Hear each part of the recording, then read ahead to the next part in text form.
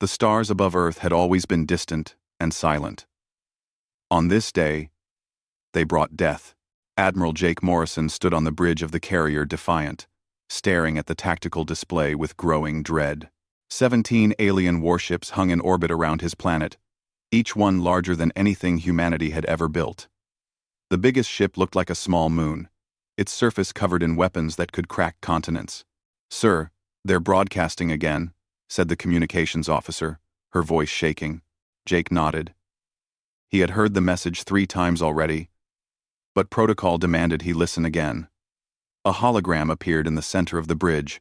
The alien was beautiful and terrible at the same time, its body made of living crystal that shifted colors as it spoke.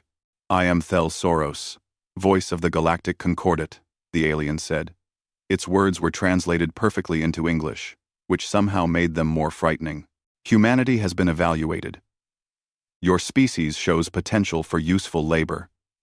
You will surrender all weapons, disband your militaries, and accept client species status. You have 72 hours to comply. Refusal means extinction." The hologram vanished. Jake looked around at his crew. They were good people, trained, and ready to fight. But he knew the truth that kept him awake at night. Earth's entire defense fleet numbered 43 ships. The aliens had brought 200. One alien cruiser could destroy his entire fleet without breaking formation.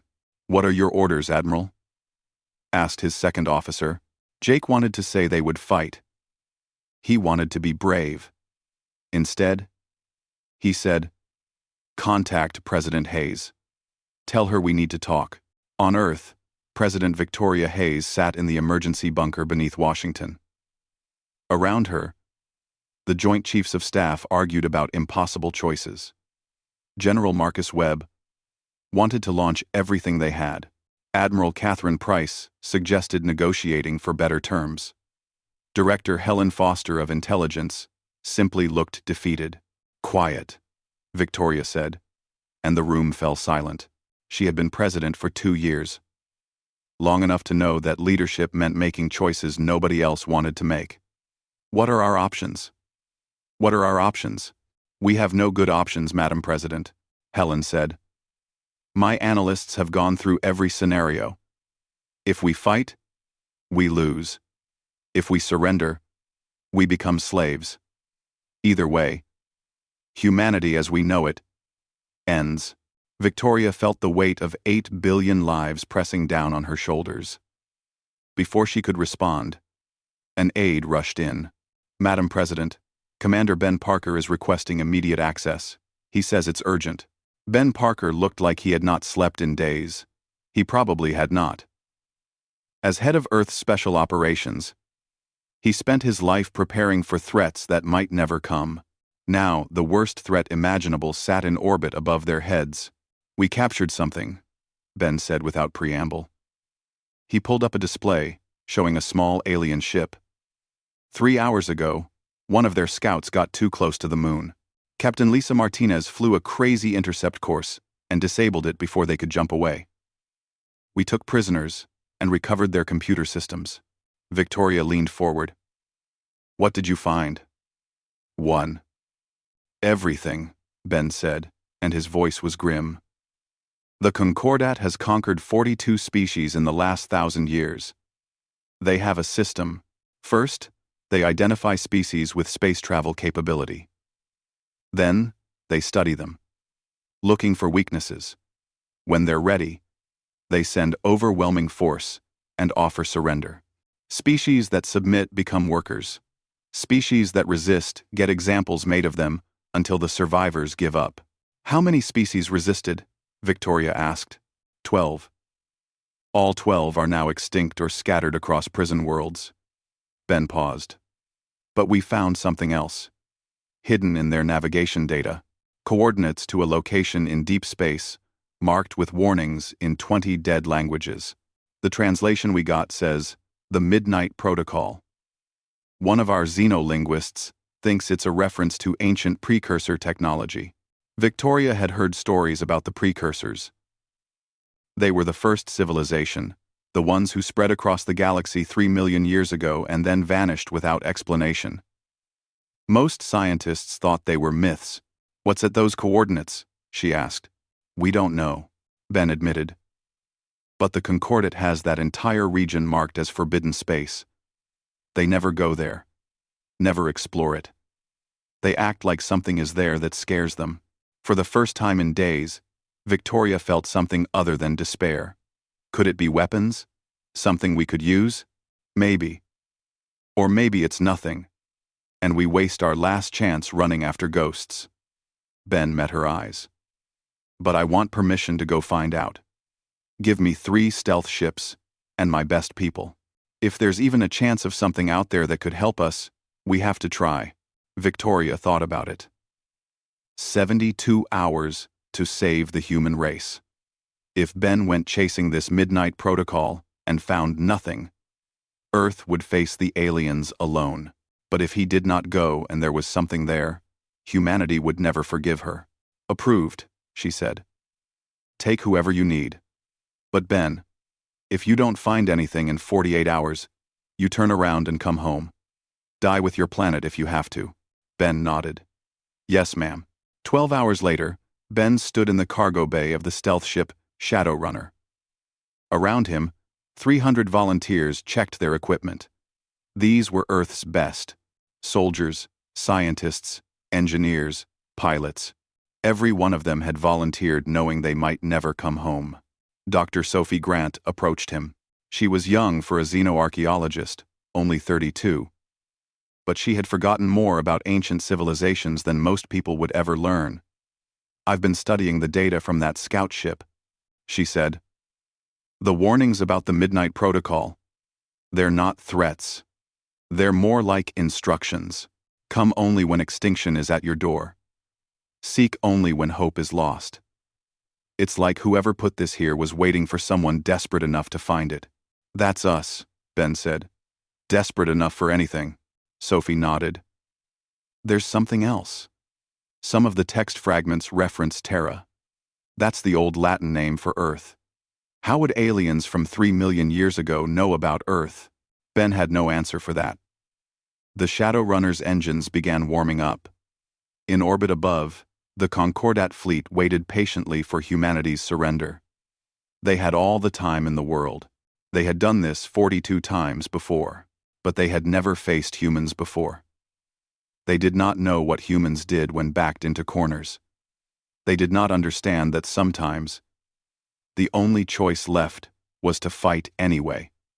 No matter the odds, Captain Lisa Martinez settled into the pilot's seat. She had volunteered to fly the mission because she was the best, and because her sister had been in Beijing when the aliens destroyed it as a demonstration. Lisa had nothing left to lose and everything to avenge. "Course laid in," she reported. "Ready to jump on your command, Commander Parker." Ben looked at his team one last time. Some would die. Maybe all of them would die. But if there was even a chance of saving Earth, they had to take it. "Jump," he ordered. The Shadowrunner vanished into faster-than-light travel, racing toward coordinates that might hold salvation or simply a faster death. Behind them, Earth counted down its final hours, not knowing that 300 of its children had gone searching for a miracle in the dark between stars. 18 hours remained when President Victoria Hayes made her decision. She sat alone in her office, looking at 2 speeches she had written. One accepted the Concordat's terms, the other rejected them. Her hand hovered over both for a long moment before she pressed the button for the second one. "Get me every broadcast network on Earth," she told her aide. "I want every human being to hear this." 5 minutes later, her face appeared on every screen across the planet. In homes and offices, in bunkers and military bases, 8 billion people stopped what they were doing to listen.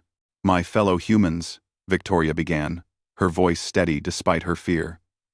"Today we face the greatest threat in our history.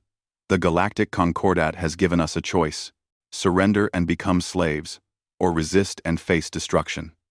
She paused. "I have chosen resistance." Across the planet, people gasped. Some cheered.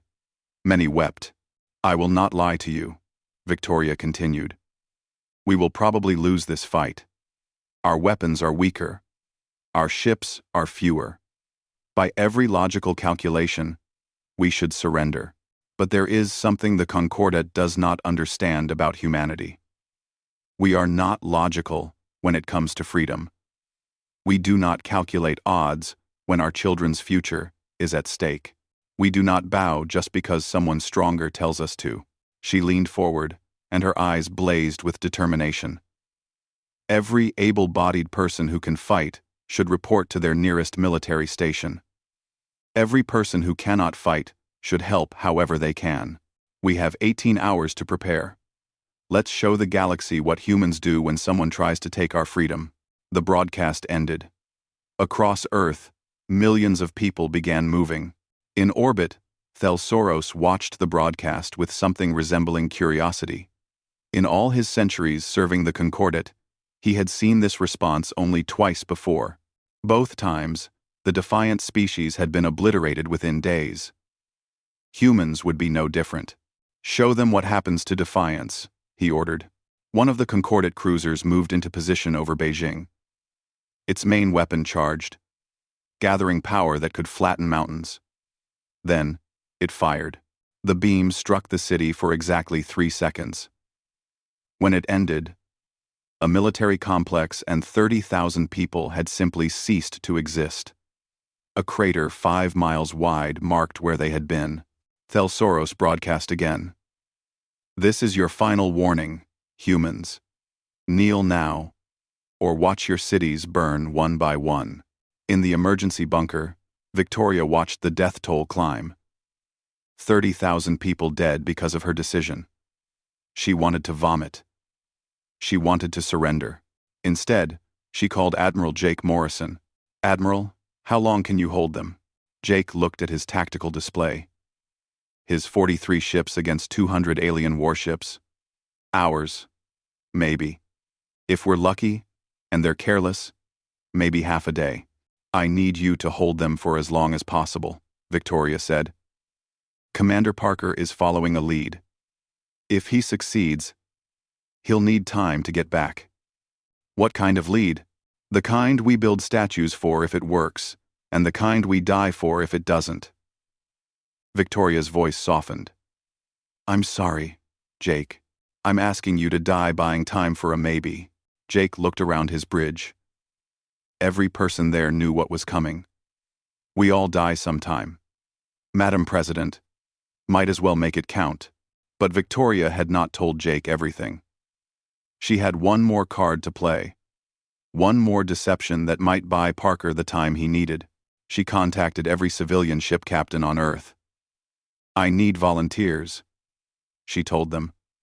I need you to begin evacuating children and elderly into space. Make it look like we're surrendering. Make them think we're trying to save who we can. Thousands of ships began lifting off. Cargo haulers, mining vessels, personal yachts, anything that could fly.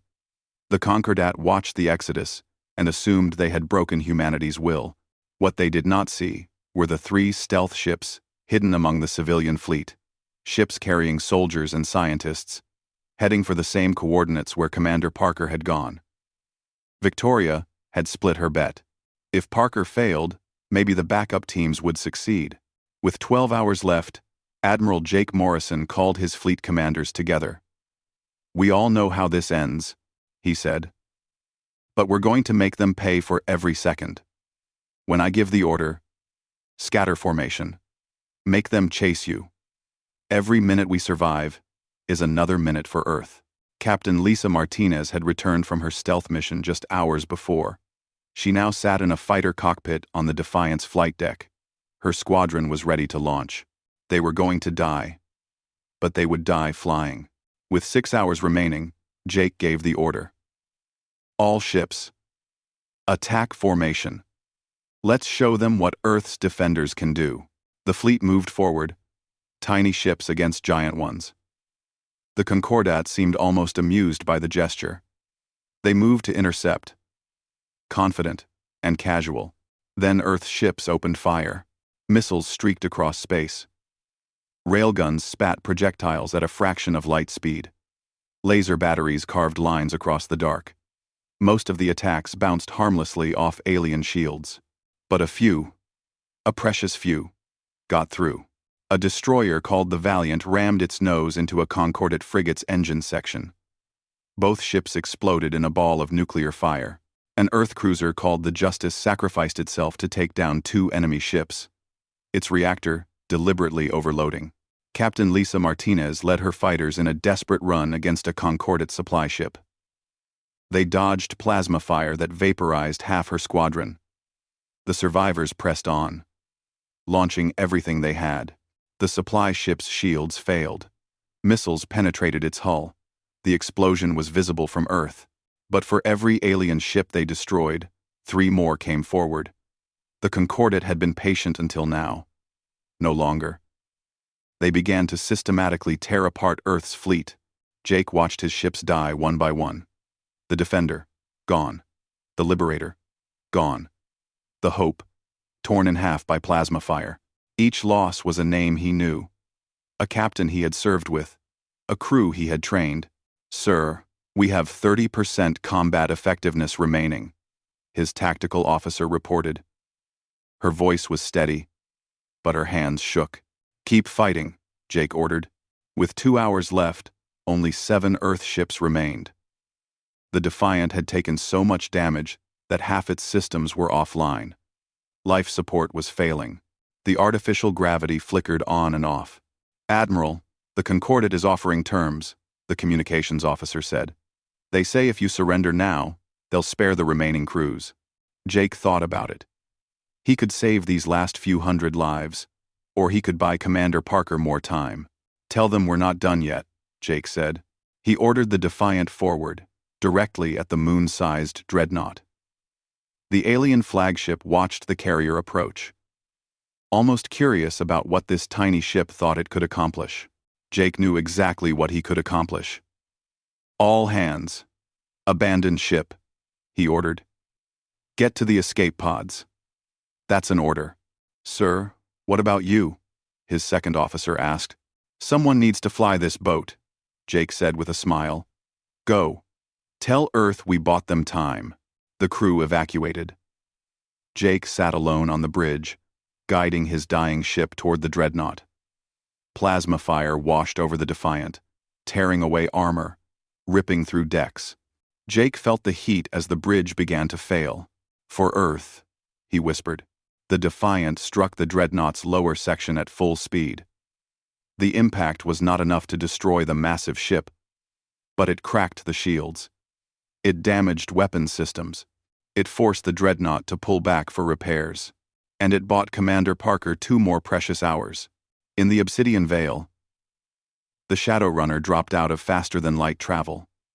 Ben Parker stared at what waited for them and felt his mind struggle to process it.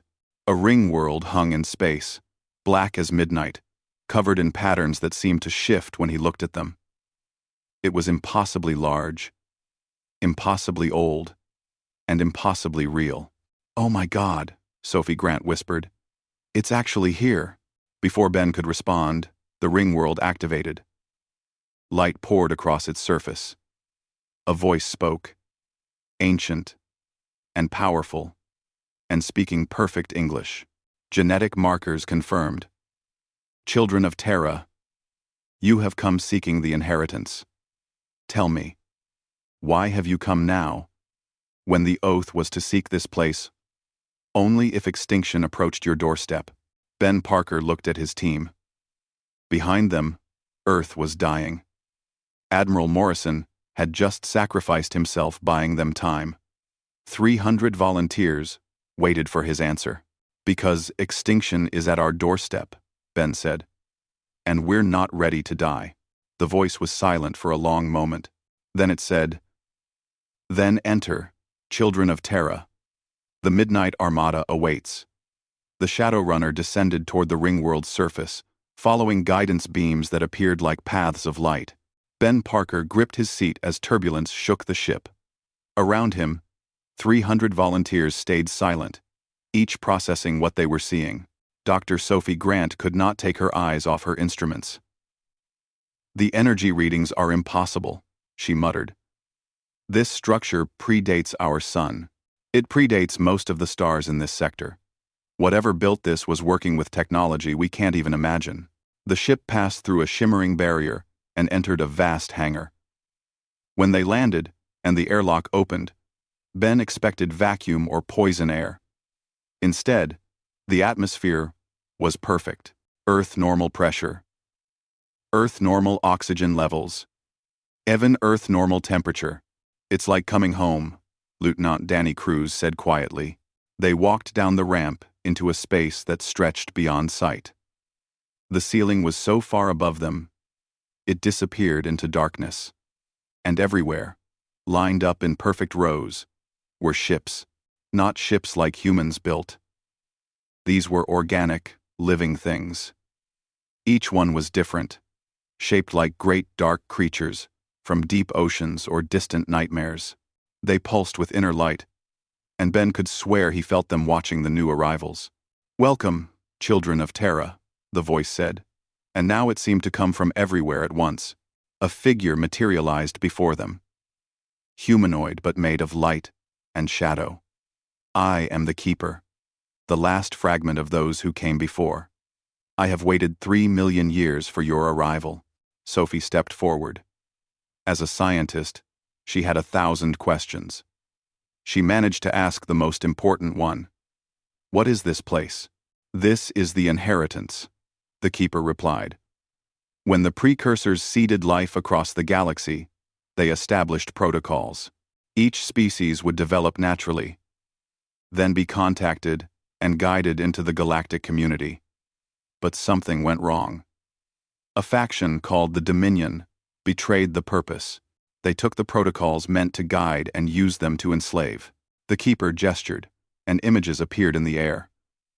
Ben saw alien civilizations rising, reaching for the stars, only to be crushed by familiar ships.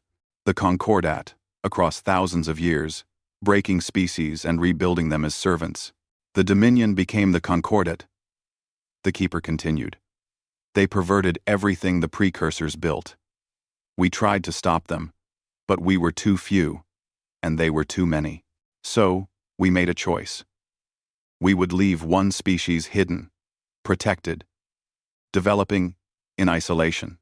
When that species reached the stars and faced the Concordat, we would give them the tools to end the corruption. "Earth," Ben said. "You're talking about Earth." "Yes. You were chosen because your world was distant. Your development slow enough to hide. We shielded you, kept the Concordat from noticing you until you were ready. But we could not protect you forever. Now you have come, as we always knew you would, when extinction was at your door." Lieutenant Danny Cruz spoke up. "You said you'd give us tools. We need weapons. Our planet is dying right now." The Keeper turned to face Danny. "I offer you the Midnight Armada. 300 ships, built by the precursors, designed to counter the Dominion's forces. But understand what I offer. These ships are not machines. They are living entities, created from precursor consciousness. To pilot them, you must bond with them. Become one with them. You will gain power beyond imagination, but you will never be fully human again." Silence fell over the group. Ben looked at his team, seeing the same question on every face. Give up their humanity for power? Become something else? "What happened to the precursors?" Sophie asked quietly. "Where did they go?" The Keeper gestured to the ships. "They're here. Every ship in this armada contains the consciousness of a precursor who chose transformation. They did not die. They did not leave. They became eternal guardians, waiting for their children to need them." Sophie walked closer to one of the ships. It was beautiful and terrible, shaped like a blade of darkness. When she reached out, she could feel warmth radiating from it. "They did," the Keeper agreed. "And now I ask you to do the same. To crew this armada, all 300 of you must bond. Each ship needs one pilot, one human consciousness to merge with the precursor within. You will become powerful enough to save Earth. But the cost is everything you are." Ben Parker thought about Admiral Jake Morrison, who had just died ramming the Defiant into an enemy ship. He thought about the 30,000 people vaporized in Beijing. He thought about Earth, counting down its final hours, while the Concordat prepared to enslave everyone he had ever loved. "How long do we have to decide?" he asked. "The bonding process takes 6 hours," the keeper said. "Your planet has less than 2 hours remaining." The math was brutal and simple. If they bonded now, they would become powerful enough to save Earth, but they would never return as the humans they were. If they refused and tried to fight as they were, they would fail, and everyone would die anyway. Lieutenant Danny Cruz stepped forward. "I'll do it," he said. His voice was steady. "I lost my family in Beijing. I've got nothing left to lose and everything to avenge. Sign me up." Tell. "Danny, wait," Ben started to say. But more people were stepping forward. Kate Sullivan, an engineer who had designed half of Earth's stealth systems. "I'm in." Alex Kim, a physicist who had been studying alien technology since the first scout ship arrived. "Me too." One by one, every member of the team stepped forward. Soldiers and scientists, pilots and engineers, all making the same choice. They would sacrifice their humanity to save it. Ben was the last to decide. As commander, he should lead from the front, but he also knew what he was asking them to give up. Their futures, their families, any chance at normal lives. "Are you certain?" he asked them. "Once we do this, there's no going back." "We're already not going back," Danny said.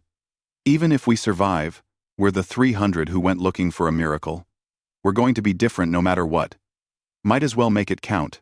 Ben looked at the keeper. "What do we do?" "Enter the bonding chambers," the keeper said, gesturing to openings in the floor. "The ships will come to you. The process will be painful. Your body will be broken down and rebuilt at the molecular level. Your consciousness will merge with beings who have existed for millions of years. You will experience sensations no human language can describe, but when you emerge, you will be the Midnight Armada, and you will be powerful enough to save your world." The 300 walked to the chambers. Ben chose the largest ship, a vessel that seemed to be made of compressed darkness. As he stepped into the chamber, he felt the ship's consciousness touch his mind.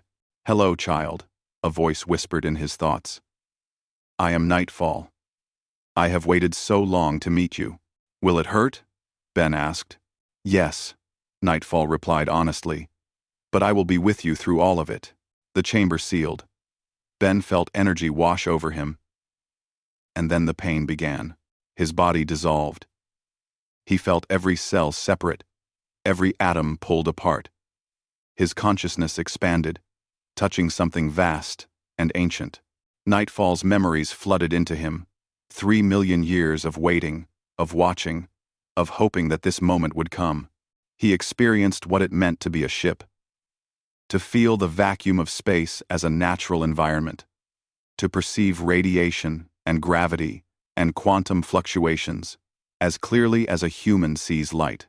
To move faster than thought. To strike with precision beyond calculation. Around him, 299 others screamed as they transformed. Sophie Grant merged with a ship called Eclipse. Danny Cruz became one with Dark Star. Kate Sullivan bonded with Shadowblade. Each transformation was unique, each consciousness merging in its own way. 6 hours passed.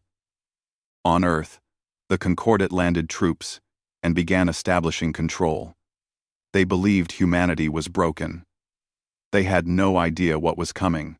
When the bonding chambers opened, what emerged was no longer entirely human.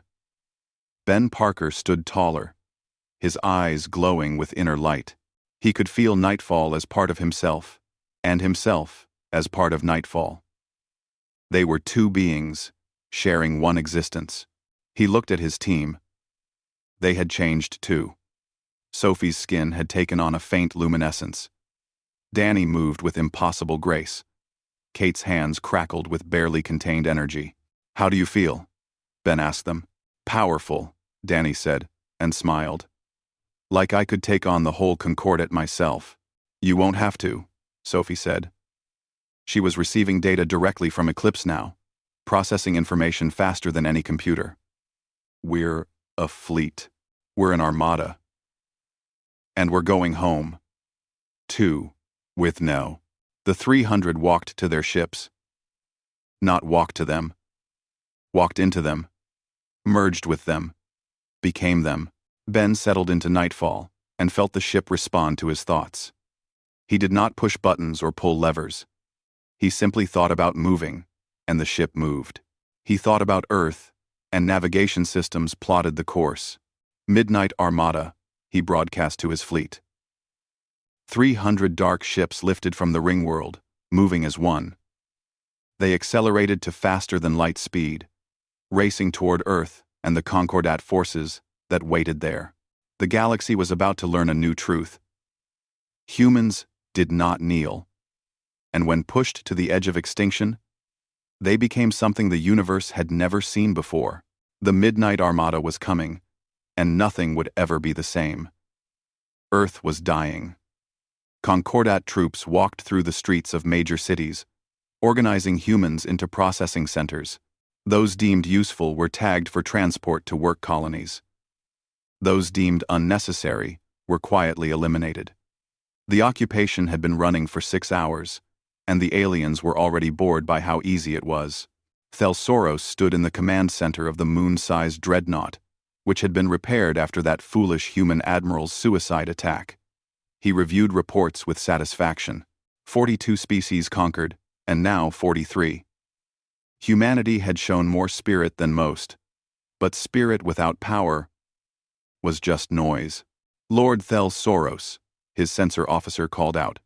I'm detecting spatial anomalies emerging from faster-than-light travel. More human ships trying to run?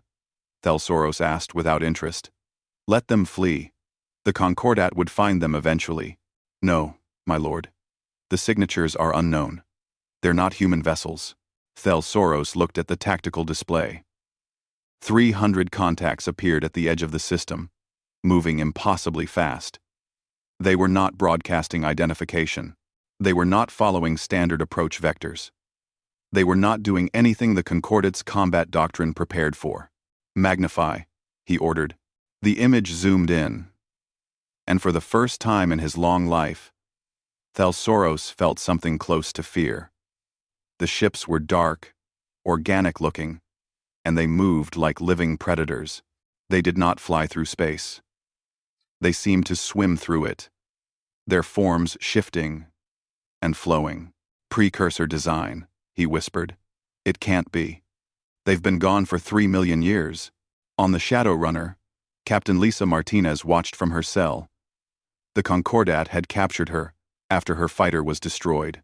They were holding her with other prisoners, waiting to decide if she was useful enough to keep alive. Through the viewport, she could see Earth below, occupied and helpless. Then the alarm started. Concordat soldiers rushed past her cell, speaking rapidly in their own language. Lisa did not understand the words, but she recognized the tone. Panic. Something had terrified them. She pressed her face against the viewport and saw them. 300 dark ships, moving through the Concordat fleet, like sharks through a school of fish. One moment they were distant. The next moment they were among the enemy, and the killing began. Commander Ben Parker felt the battle through Nightfall's senses. He did not see with eyes anymore. He perceived the entire battlefield at once. Every ship, every weapon, every quantum fluctuation. The Concordat vessels were slow, predictable, following patterns programmed by generals who had never faced a real threat. The Midnight Armada was not slow. They did not follow patterns. Every ship was guided by a human consciousness that thought in ways no computer could match. Engage, Ben ordered, and his fleet struck. Nightfall moved faster than any human ship could, Ben's consciousness guiding it through maneuvers that would have killed a regular pilot. He thought about attacking, and weapons he did not fully understand fired. They did not just destroy matter. They unmade it, breaking the bonds between atoms, reducing enemy ships to clouds of disconnected particles. A Concordat battlecruiser tried to target him. It was big, powerful, armed with weapons that could slag continents. Nightfall dodged the plasma fire by existing in a slightly different quantum state for a fraction of a second. The blast passed through where he had been. Then, Nightfall returned to normal space directly behind the battlecruiser and fired. The enemy ship simply ceased to exist. Lieutenant Danny Cruz, merged with Dark Star, laughed with the joy of freedom. He had lost everything in Beijing. His parents, his sister, his home. Now he had power, and he was going to make the Concordat pay for every life they had taken. Dark Star spun through a formation of enemy frigates, weapons firing in all directions. The Concordat ships tried to coordinate their defense, but Danny was already gone. Already somewhere else.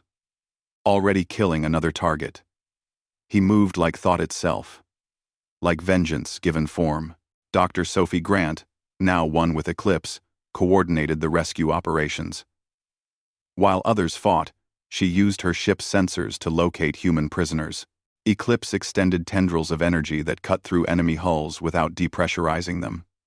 She pulled prisoners out of cells, shielded them with force fields, and transported them to safe locations. Lisa Martinez located. Eclipse informed Sophie. Extraction in progress. Lisa felt energy surround her, lift her, carry her through the wall of her cell. One moment she was a prisoner. The next, she was floating in space, protected by a bubble of force. A dark ship moved closer, and a voice spoke in her mind. Captain Martinez, this is Dr. Sophie Grant. You're safe now. Hold on. Sophie? Lisa could not believe it. What happened to you? What are those ships? Long story, Sophie replied. Short version. We found something. We changed. And now we're saving Earth. Kate Sullivan, bonded with Shadowblade, moved through the Concordat formation like a scalpel. Her ship specialized in precision strikes. While others destroyed enemy vessels with overwhelming force, Kate targeted power cores, weapon systems, shield generators. She disabled ships without destroying them, leaving them helpless for others to finish. Alex Kim, merged with Quantum Edge, performed maneuvers that violated the known laws of physics. His ship could exist in multiple places simultaneously for brief moments, attacking from angles that should not exist. The Concordat's tactical computers could not track him. Their gunners could not target him. He was everywhere and nowhere. A ghost that killed with perfect efficiency. The battle was not even close. The Concordat had 200 ships. The Midnight Armada had 300. But numbers did not tell the story. The Concordat had technology. The Armada had technology fused with human consciousness, creating something greater than the sum of its parts. Within 20 minutes, half the Concordat fleet was destroyed. The survivors tried to retreat, but the Armada pursued. There would be no escape. Not today. Thelsoros watched his fleet die and finally understood what had happened. Somehow, the humans had found precursor technology. Somehow, they had activated it, and somehow, they had bonded with it in ways the Concordat had thought impossible. All ships. Full retreat, he ordered. Jump to. His dreadnought shuddered as nightfall appeared directly in front of it. Ben Parker looked at the massive ship, the same one that had threatened his planet, and felt no mercy. This is Commander Ben Parker of Earth, he broadcast. On behalf of humanity and every species you've enslaved, this ends now. Nightfall fired. The weapon struck the dreadnought's shields and did not bounce off. It passed through them as if they were not there, striking the core of the ship. The massive vessel shuddered, systems failing across all decks. But Ben did not destroy it. Not yet. He had another purpose. Transfer Thelsoros to Eclipse, he ordered. Dr. Grant, you know what to do. Sophie's ship captured the Concordat commander in a field of energy and brought him before the fleet. Thelsoros found himself suspended in space, protected by a force field but utterly helpless. You came to Earth expecting us to kneel, Sophie broadcast, and her voice carried across every communications channel in the system. You thought us primitive. You thought us weak. You thought we would surrender like the 42 species before us." She paused, letting her words spread. The Concordat fleet heard. The Concordat homeworlds heard. Every species they had enslaved heard. "But you made a mistake," Sophie continued. "You forgot that some species would rather die free than live as slaves. You forgot that humans calculate risks differently. We saw the same odds you did. Wes, A-team live. We knew we would probably lose. We fought anyway." Images appeared in space, projected by Eclipse. Images of Admiral Jake Morrison ramming the Defiant into the dreadnought. Images of Captain Lisa Martinez's squadron dying to destroy a single supply ship. Images of Earth's desperate last stand. "We fought because we refused to accept a universe where might makes right," Sophie said. "We fought because every species you've broken deserved better. We fought because someone had to say no." Now new images appeared. The ring world in the Obsidian Veil. The Midnight Armada awakening. The transformation of 300 humans into something new. "The precursors left us a gift," Sophie continued. "They gave us the power to end your empire of slavery. And we will use it. Every species you've conquered will be freed. Every chain you've forged will be broken. Every lie you've told about galactic civilization will be exposed." She turned Soros to face Earth, making him watch as Concordat troops began surrendering, making him see his invasion fall apart. "Here is Earth's message to the galaxy," Sophie concluded. "We are the children of Terra. We are the inheritors of the precursors. We are the Midnight Armada. Come to us in peace, and we will be your friends. Come seeking conquest, and we will be your end." She released Soros back to his crippled ship. "Go," she told him. "Tell your Concordat what happened here. Tell them that humanity will not kneel. Tell them that a new age has begun." The surviving Concordat ships jumped to faster than light travel, fleeing in disorder. They left behind their dead, their prisoners, and their arrogance. On Earth, humans emerged from hiding and looked up at the sky. The dark ships hung there, silent guardians. Victory had come at a price they did not yet understand, but it had come. President Victoria Hayes stood in the ruins of Washington and watched the Midnight Armada descend. When the ships landed, 300 figures emerged. They looked human, but light glowed beneath their skin. They moved with inhuman grace. They were changed, transformed, something new. Commander Ben Parker approached her. "Madam President," he said, and his voice resonated with harmonics that had not been there before. "Earth is secure. The Concordat is defeated. Your people are free." Victoria looked at him. At all of them. "What did it cost you? What did it cost you?" Ben smiled sadly. "Everything we were, but we gained something too. The power to make sure no one ever threatens Earth again." Above them, the stars shone bright and clear. And for the first time in human history, they did not look distant. They looked like home. 6 months passed. Earth rebuilt, while the galaxy watched, with equal parts hope and fear. The Midnight Armada systematically dismantled the Concordat's infrastructure, freeing enslaved species and destroying weapons depots across 40 systems. Every day brought news of another liberation, another species tasting freedom for the first time in generations. But liberation had come with a cost that became clearer with each passing week. Commander Ben Parker stood in the new headquarters building in Washington, looking at his reflection in a window. He looked human. 2 arms, 2 legs, a face that could smile and frown. But he was not human anymore. Not entirely. When he closed his eyes, he could sense gravitational waves from distant black holes. He could hear the electromagnetic songs of pulsars. He existed simultaneously, as flesh and as energy, as Ben and as nightfall. "You're brooding again," said Dr. Sophie Grant, walking up beside him. She glowed faintly in the dim light. A side effect of her bonding with Eclipse. "We saved Earth. We won. Why do you look like we lost?"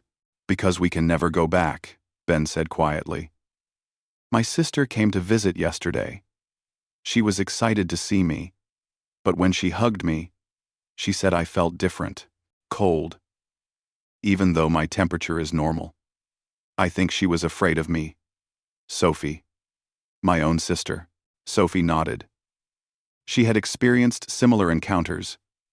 Her parents had welcomed her home with tears of joy, but she had seen the questions in their eyes, the uncertainty. Their daughter had come back, but she was not quite their daughter anymore. We knew what we were giving up, she said. Knowing and experiencing are different things, Ben replied. He turned from the window. I can perceive 17 dimensions now. I can process information faster than any computer. I can fly through space at speeds that would tear apart any normal ship. But I can't sleep anymore, Sophie. I don't dream. I'm not sure I can die. What does that make me? Before Sophie could answer, Lieutenant Danny Cruz burst into the room. He moved with inhuman speed, crossing 20 feet in a single fluid motion. Sorry to interrupt, but we've got a situation. The Concordat is fracturing. Ben straightened. After our message spread, species started rebelling. The Concordat's member civilizations are questioning why they follow orders from a defeated empire. 3 have already declared independence. 2 more are on the edge of civil war. The galaxy is coming apart. President Victoria Hayes entered the room behind Danny. She had aged in the past 6 months. The stress of governing Earth, through its recovery, showing in new lines on her face. The question, she said, is what we do about it. Do we help stabilize the situation, or do we let the old order collapse completely? It was the question that had been hanging over Earth for months. The Midnight Armada had power no one could match. They could impose order on the galaxy if they chose. They could become what the Concordat had been, benevolent dictators ensuring peace through strength. Or they could step back and let the galaxy find its own way, even if that way was messy and dangerous. We're not conquerors, Ben said firmly. We fought for freedom. We can't turn around and take that freedom away from others just because they're struggling with it. Even if it means more wars? More suffering? Victoria asked. Even then, Sophie agreed. We can offer help. We can mediate disputes. But we can't rule. The moment we do, we become the Concordat with different faces. Kate Sullivan entered with more reports. Her bonding with Shadowblade had given her the ability to process vast amounts of data simultaneously. I've been analyzing the galactic situation. If we intervene minimally, current models predict stabilization within 5 to 10 years. Multiple small conflicts, but nothing approaching the Concordat's systematic oppression. If we impose order, we get immediate stability, but create long-term dependency. We teach them to stand on their own, Alex Kim added, appearing in the doorway. His ability to exist in multiple quantum states made him unsettling to be around. Like parents with children. Guide them, but let them fall sometimes. Victoria considered this. The people of Earth look to the Armada as heroes. But I've been getting reports from across the planet. People are also frightened. You're powerful. You're different. Some are asking what happens if you ever turn against Earth. The room fell silent. It was the unspoken fear. The question no one wanted to address. 300 humans had bonded with ancient precursor technology. They had saved Earth. Yes, but what would they do in the future? Would they always act in humanity's interests? Could they? That's why we need to establish the Terran Commonwealth, Ben said. An alliance of species, not an empire. Earth leads by example, not by force. And the Midnight Armada serves the Commonwealth, bound by laws and oversight. Can you be bound by laws? Victoria asked gently. You could destroy this entire planet if you chose. What law could stop you? Danny laughed, but it was not a happy sound. Our own moral code. That's the only thing that stops us, Madam President. We're powerful enough to do anything. We're still human enough to choose not to. Sophie pulled up a holographic display. There's something else you need to know. I've been studying the precursor archives in the Obsidian Veil. I found the rest of their history. And images filled the air. Ancient civilizations, rising and falling. The precursors at their height, spreading life across the galaxy. Then, something changed. The precursors didn't just leave, Sophie explained. They evolved, transcended. They became beings of pure consciousness, existing beyond physical reality. But before they went, they made a choice. They would seed species across the galaxy, leave protocols to guide them, and trust that those species would eventually follow the same path. The Dominion broke that trust, Ben said, understanding. They took the protocols meant to guide and used them to enslave. Yes. And the precursors prepared for that possibility. They left the Midnight Armada as a failsafe, to be activated by the last species they seeded. Us. Sophie paused. But there's more. The bonding process. It's not permanent. It's a transitional state. Eventually, we can choose to complete the transformation. To transcend, like the precursors did, or to return to normal human form, though we'd lose all the power. How long? Ben asked. The archives suggest we have about 50 years before we have to choose. We can remain as we are until then, serving as guardians. After that, we either move forward or step back. Danny sat down heavily. 50 years. Then we either become gods or go back to being regular people. Or we die trying to protect the galaxy, Kate added quietly. Victoria looked at each of them. What will you choose? What? What will you choose? Ben thought about it. 50 years of service, protecting Earth and the species they had freed. Then a choice. Transcend beyond physical existence or return to mortality. Neither option included growing old normally, having families, living the lives they had planned before the Concordat came. We have time to decide, he said finally. Right now, the galaxy needs us. Species need protection while they find their footing.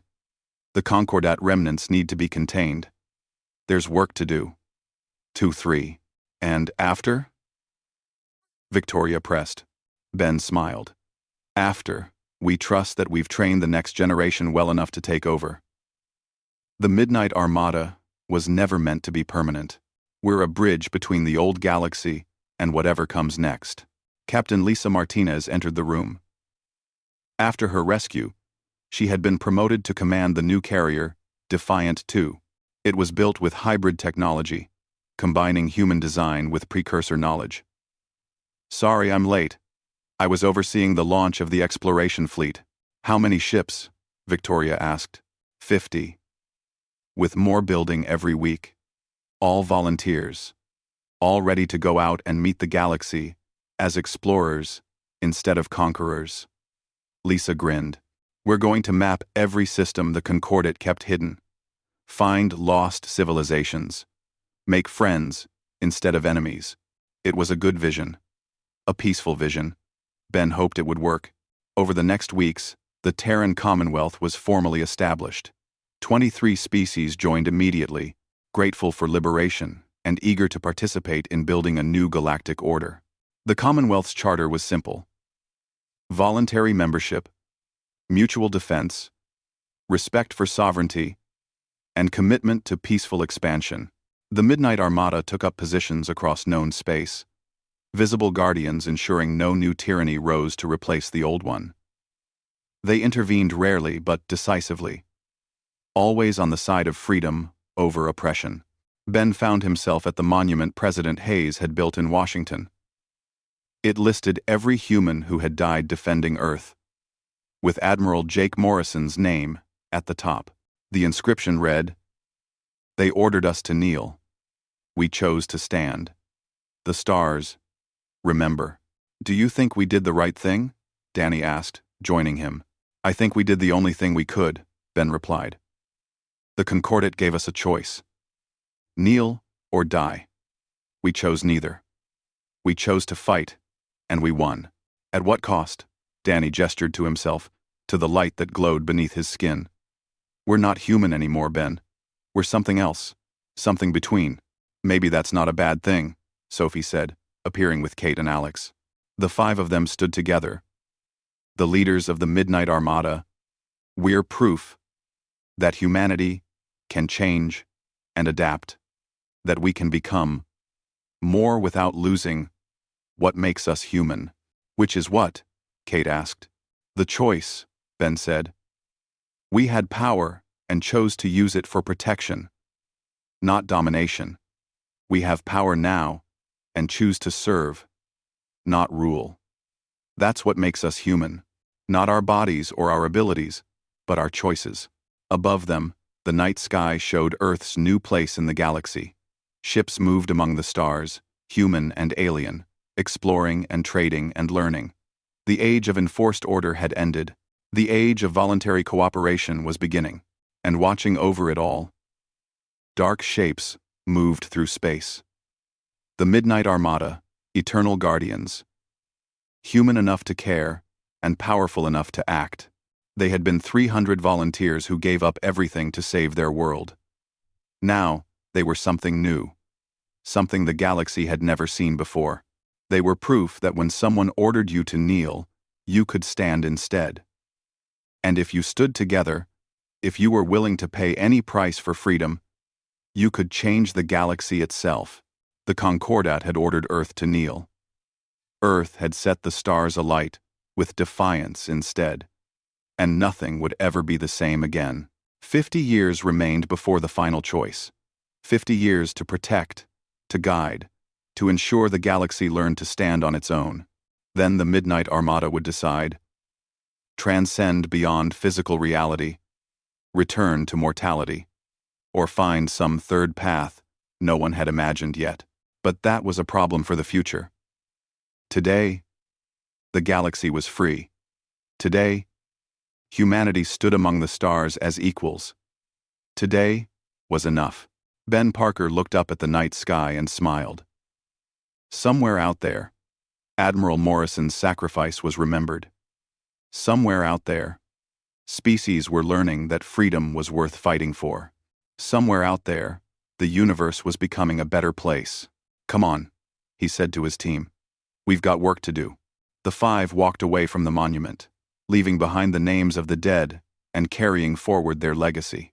Above them, the Midnight Armada moved through space, dark guardians watching over worlds that had chosen freedom over chains. The galaxy had ordered Earth to kneel. Earth had refused, and in refusing, they had shown every species in the cosmos that tyranny could be defeated, that hope could survive impossible odds, and that sometimes, the only way to change the world was to change yourself first. The stars shone bright, and they would shine brighter still.